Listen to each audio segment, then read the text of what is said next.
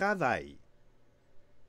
Bonjour, donc aujourd'hui on va parler de travail. Donc on va faire une définition de ce qu'est le travail. C'est relié à l'énergie, puis on va voir, ça va nous permettre de définir l'énergie cinétique ainsi que l'énergie potentielle gravitationnelle. Donc c'est ça. En vertu de la loi de la conservation de la quantité de mouvement, qui est la même chose que la première loi de Newton, l'application d'une force va être nécessaire pour modifier l'état de mouvement d'un corps. C'est-à-dire que si mon corps est au repos, il reste au repos. S'il a une certaine vitesse, il conserve cette vitesse à moins qu'il y ait une force qui soit appliquée sur lui. Donc, je vais prendre un cas simple là, maintenant où je vais appliquer une force et je vais regarder ce qui se passe. Donc, d'abord, c'est sûr que je dois tenir compte de la force de gravitation, qui est dirigée vers le bas. Et comme mon objet ne peut pas se déplacer là, au travers du plancher, ben, il y a une force qui est égale et dans le sens opposé qui est la force normale.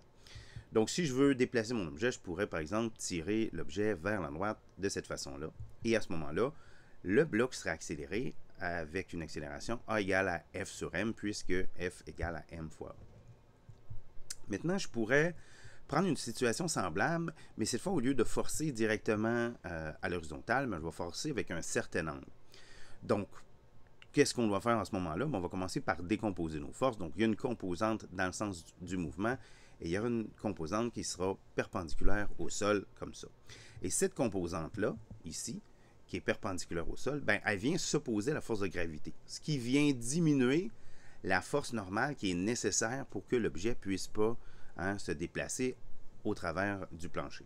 Donc, la force normale, à ce moment-là, elle est plus petite et elle vaut, en fait, la grandeur, là, la force de gravité, moins la composante là, de ma force, la composante verticale, fois l'angle, puisque, ben, en fait, la composante verticale qui est la force fois le sinus de θ, c'est ça qui est représenté ici.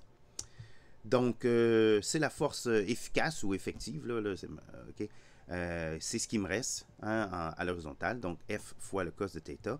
Et donc, j'aurai une nouvelle accélération qui sera F sur M, mais cette fois le cos de θ. Donc, c'est seulement cette partie-là qui compte. Donc, c'est pour ça qu'on va appeler ça une force effective ou une force efficace.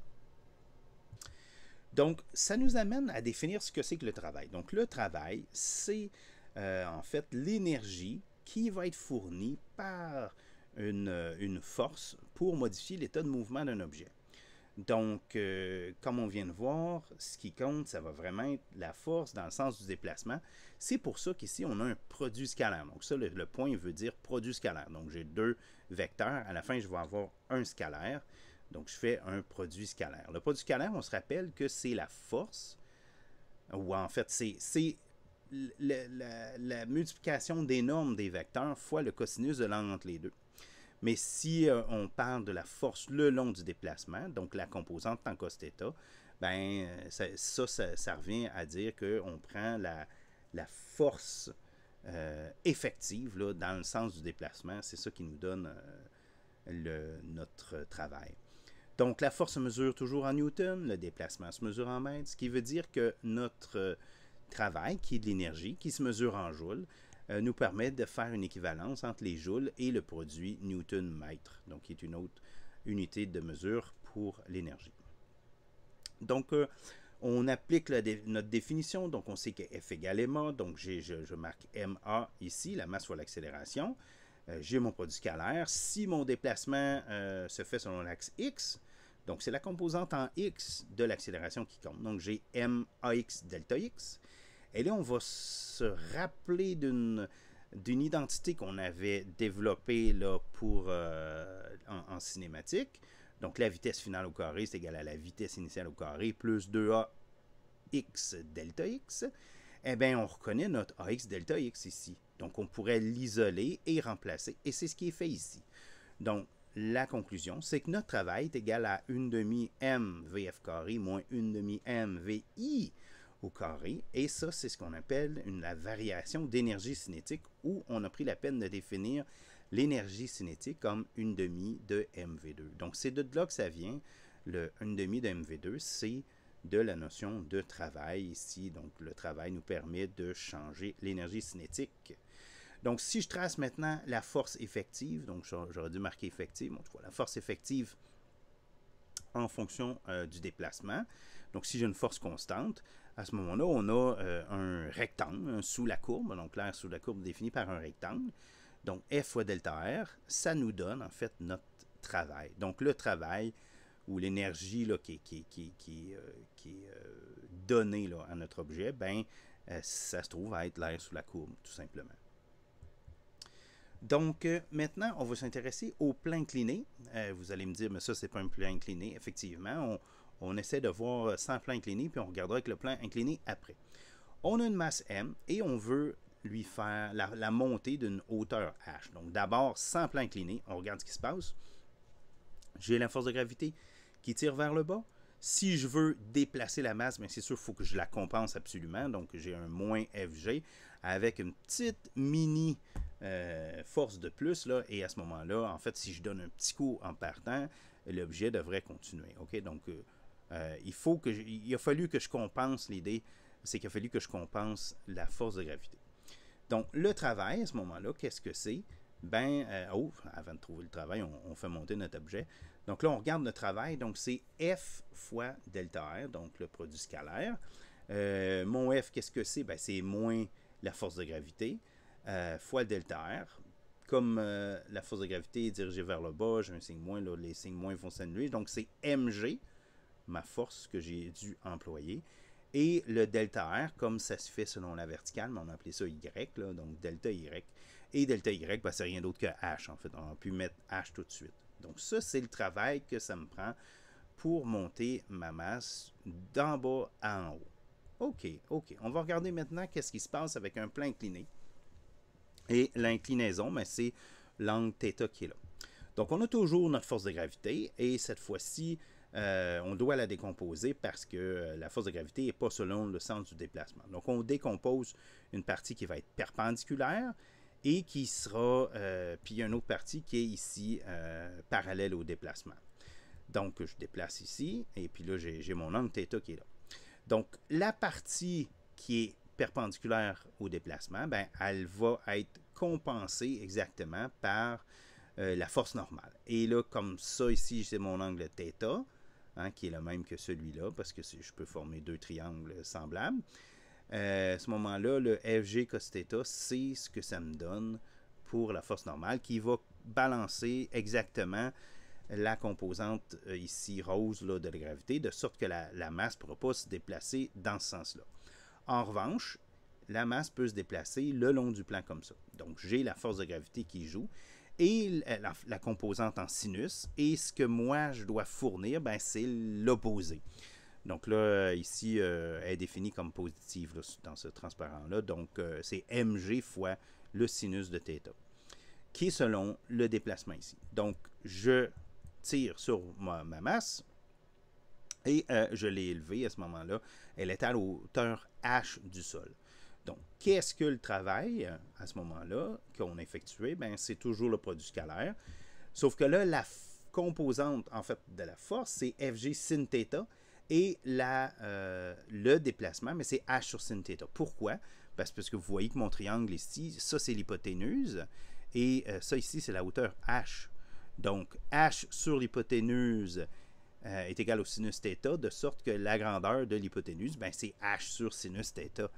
Donc, ce qui est intéressant, c'est qu'à ce moment-là, mes deux sinus θ vont se simplifier et, dans le fond, je retrouve mgh, qui est exactement la même valeur quand je n'avais pas de plan incliné. Donc, le travail, ça se donne que c'est exactement le même, que je sois à la verticale ou le long d'un plan incliné. Donc là, s'il n'y a pas de frottement, là, le travail, ça se trouve à être exactement le même.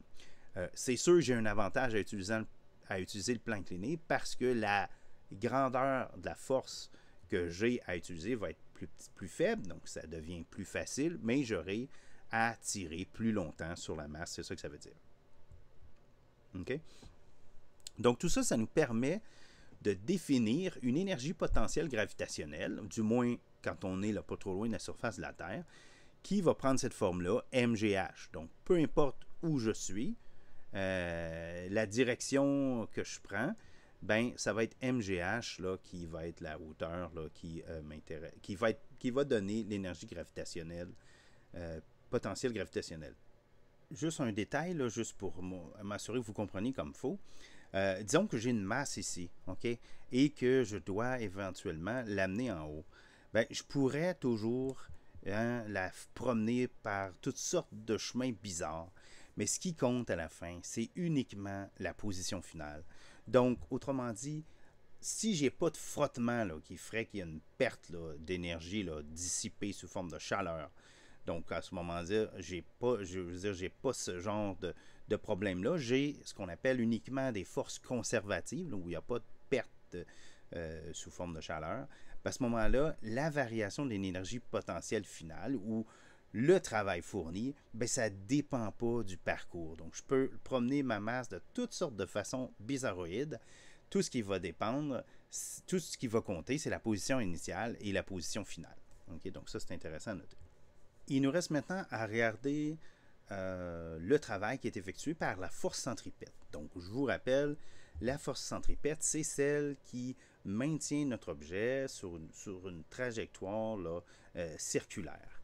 Et on avait regardé et on avait noté que la vitesse était toujours perpendiculaire. La vitesse ou le déplacement là, de notre objet était toujours perpendiculaire au rayon, donc toujours tangent au cercle. Par contre, la variation de vitesse, elle était perpendiculaire, en fait parallèle au rayon, donc dirigée vers le centre. Donc le rouge ici, c'est la direction de mon accélération. La valeur de l'accélération, on vous rappelle ici que c'était V2 sur R, ou V, là, c'est la vitesse linéaire, ou R oméga carré, lorsque oméga, c'est la vitesse angulaire, c'est-à-dire delta θ divisé par delta t. Donc, si on veut la masse, pas la masse, mais si on veut la force, ben, on a juste à multiplier ça par m, puis ça nous donne la force, puisque F est égal à ma.